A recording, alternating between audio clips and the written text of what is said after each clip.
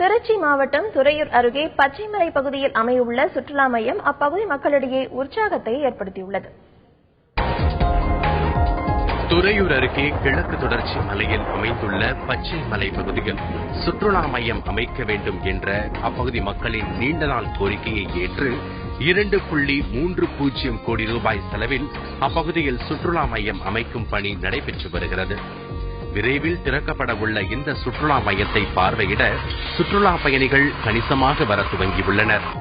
இங்கு பயணிகள் தங்குவதற்காக கூரை வீடுகள், மர வீடுகள், சிறுவர் பூங்கா, வாட்சிங் டவர் உள்ளிட்டவை அமைக்கப்பட்டுள்ளன. எங்க ஊருக்கு பக்கத்துல ஒரு 1/2 கிலோமீட்டர் பக்கத்துல இருந்து இந்த சுற்றுலா மையம் அமைக்கப்பட்டிருக்கிறது. இதனுடைய ஸ்டார்டிங் 2014-15 இருந்து துவங்கப்பட்டு இப்போ 2016 முடியும் தருணத்தில் இருக்குது. இங்க மர வீடுகள், பழங்கால அந்த கூரை வீடுகள், மர வீடுகள், காளான் வீடுகள் மற்றும் சமையலறைலாம் நிறைய இருக்குது. இங்க கேண்டீன் வசதி இங்க செய்யப்பட்டிருக்கிறது. இங்க மூலிகை பண்ணைகளும் இது நிறைய வகையான மூலிகைகள் உள்ள அமைக்கப்பட்டிருக்கிறது. அங்கேயும் தங்குற மாதிரி ஒரு கொட்டாய் கிட்டாய் மலைகளா வந்தா தங்கறதுக்கு மாதிரி பண்ணி கொடுத்துருக்காங்க.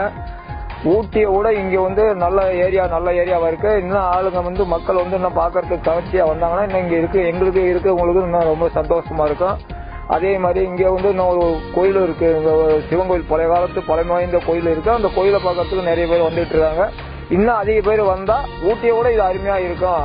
மேலும் ட்ரக்கிங் செல்வதற்காக 7 கிலோமீட்டருக்கு பாதைகள் அமைக்கப்பட்டுள்ளன.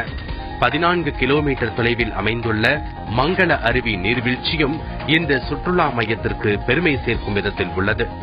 மையம் அமைக்கும் பணி வேகமாக நடைபெற்று வருவதாகவும் பணிகள் முழுமையாக நடைபெற்று முடிந்ததும் சுற்றுலா பயணிகளின் வருகை மேலும் அதிகரிக்கும் என்றும் இப்பகுதி மக்கள் நம்பிக்கை தெரிவிக்கின்றனர். தந்தி டிவி செய்திகளுக்காக துறையூரிலிருந்து செய்தியாளர் சதீஷ்.